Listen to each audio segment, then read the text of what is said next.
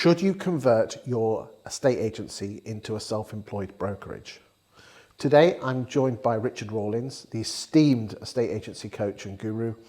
Richard, what are your thoughts on the self-employed model in the UK? Everyone's talking about it, and more particularly, whether some employed agencies should convert into a brokerage. Talk to me.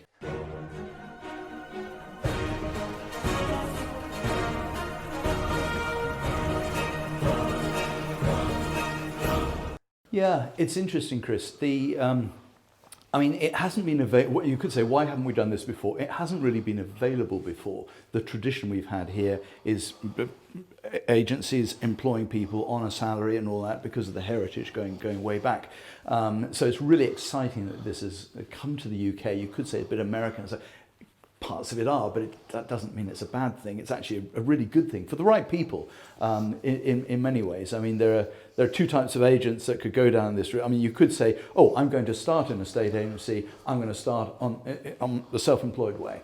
And I think you're destined to fail with respect if you do that, because you've got probably no training, or you're starting afresh with no heritage, no local knowledge or loyalty necessarily.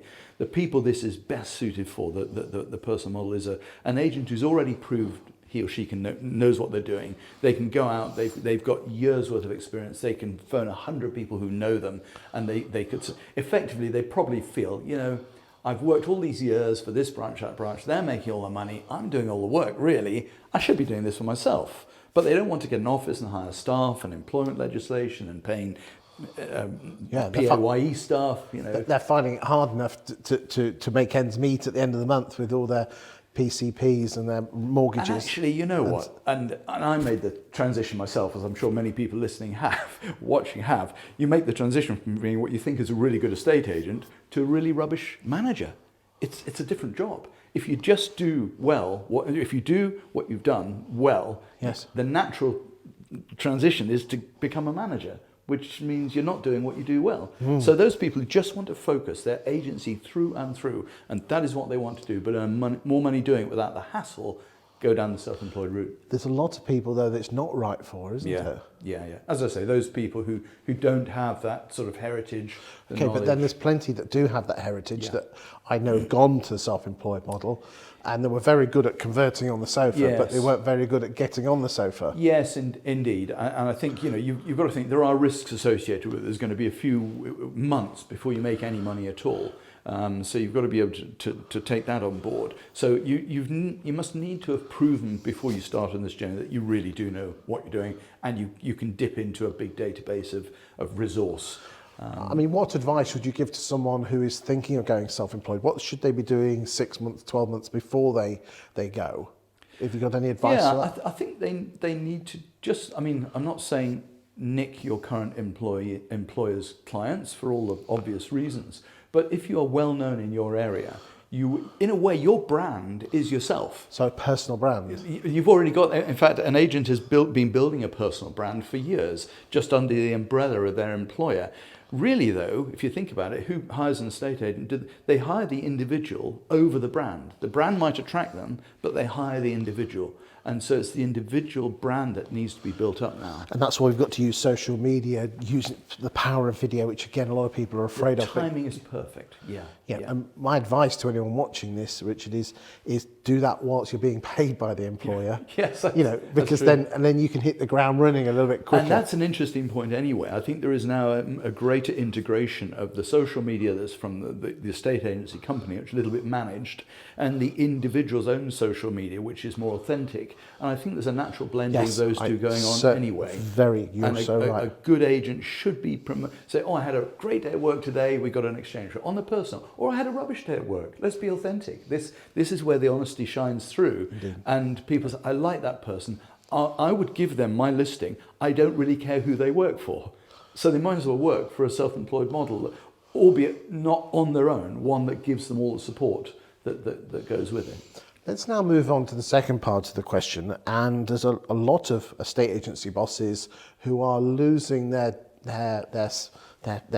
star players to the self-employed model, and some are beginning to think, should I be offering that to my team? Yeah. What's your thoughts on that? Yeah, that's very true. Some real, like we probably both know a couple of real star performers. We are amazed. Oh my goodness, this person in this person is that business, isn't it? And they went self-employed themselves. So there is a danger, I think, as this model becomes more popular and it's racing ahead, that good agents will lose their best staff. So perhaps embrace that in a way and give those staff the opportunity to do that by being self-employed. Yes, you're going to pay them a lot more commission, but you won't have any salary, any liabilities, any PAYE, any sick pay. You can shrink or expand. In fact, it's a good way of expanding the business, because without those liabilities, you can just take other people on. You can start to attract all your competitors' star players, bring them into your fold very quickly with no liability at all. And so it's really interesting to move a whole brand onto the self-employed model, either within its current brand or switching over to one of the large players, although that some now you can still use those larger resources without losing your brand as well, which is a really cool opportunity. Keeping on this theme of brokerage, that means that the boss of the estate agency brand has to change their mindset from being a boss. And I've seen a lot of people, that person now isn't, you can't tell them what to do, can you? No, you don't employ them anymore. In fact, you have to be inspirational and magnetic to keep them and to get the best out of them. So it's about influencing people rather than managing people in the sort of traditional sense. That's going to be quite hard for a lot of people, isn't it? Changing that mindset.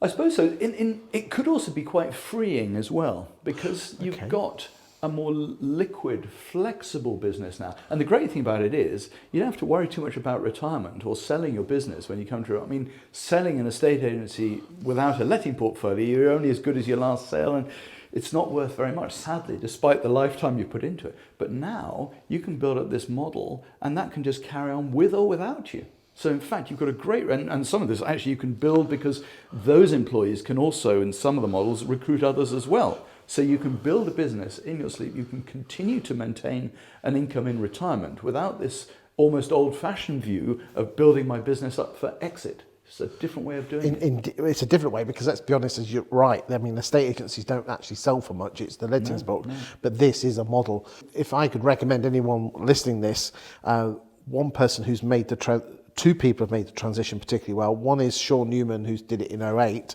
and the other one, Ian Preston from Preston Baker. And again, of course, there's Simon Bradbury, isn't there? I mean, well, Simon's a big name and a great estate agent, and he actually, I never thought he would leave Thomas Morris, but he's now gone on I say on his own, I think full support, and it may be, looking at it, he may even take some staff or attract some staff with him. There's a danger there for Thomas Morris. Superb agency, but one key player leaves and possibly attracts others, and it can often be the case that a senior negotiator or a manager is more influential with the other agents than the director. So who are they going to follow? So there is a warning here to agents. We need to look more at inspirational leadership than managing people. Get people who want to, they say good leader, it's not who's behind you, it's who's following you. Was that the quote? No, it's something like that, isn't it? I think that's going to be really tough for an awful lot of estate agency bosses. Really tough. It's not how they were brought up, they were brought up. But they're the ones perhaps in danger. Life goes on, things change all the time.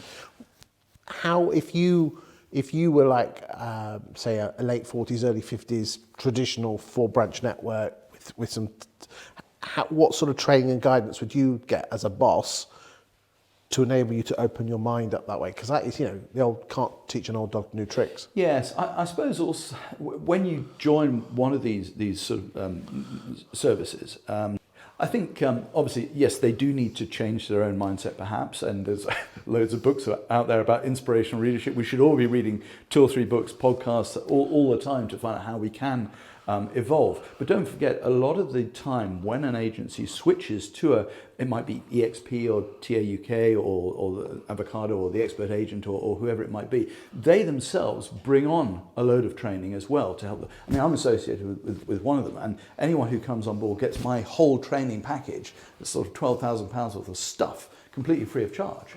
So that's the deal. They come on board, and that's what they get. So that's the agent. I'm talking about the boss that now has to become a leader. Well, what I'm saying is, yes, they'll need less to be a trainer themselves, less to be a manager. They can, in a way, outsource some of the training. And for me, training and leadership are quite similar, because you have to influence and encourage people. When I do my training, I hope they don't just walk away with the training notes and say, that was a good day. I want them to be inspired to go out and do some of the stuff I've been suggesting. So in a way, some of the leadership comes from that, I think. But you're right. So basically what you're saying is self-employed estate agency is going to continue to grow, but it's only for the right sort of people. And estate agency bosses might need to evolve into being leaders and not losing their star players, but it will require a mindset shift from them. Yet at the same time, the advantage is that they're creating a cash cow for their retirement, because again, estate agents don't sell for that much. But here there could be a recurring Absolutely. income. I think it's a big opportunity going forward, and everyone, whether they feel it's a threat or an opportunity, should at least consider it quite carefully and see what impact it's having on the industry. Richard, thank you for your time today.